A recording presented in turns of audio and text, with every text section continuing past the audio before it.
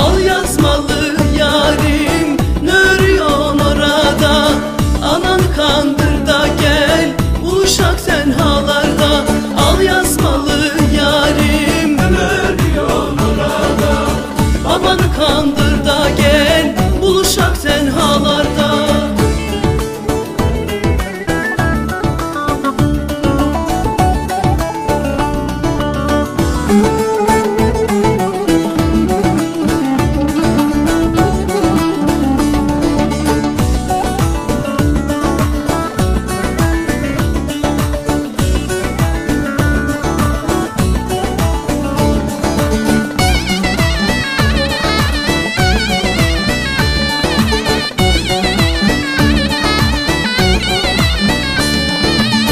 Dizilmişler elliye, bakın şu güzelliğe, bakın şu güzelliğe.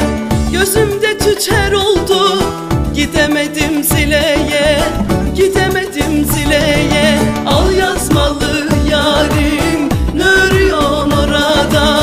Anan kandır da gel, buluşak tenhalarda.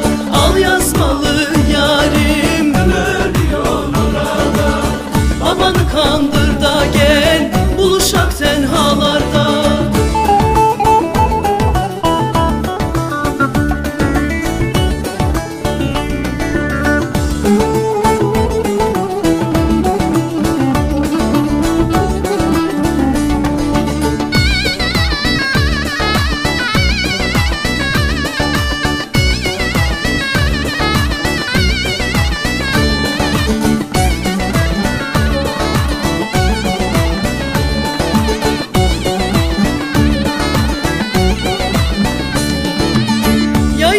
Çiçek açmış yaylaların zamanı, yaylaların zamanı.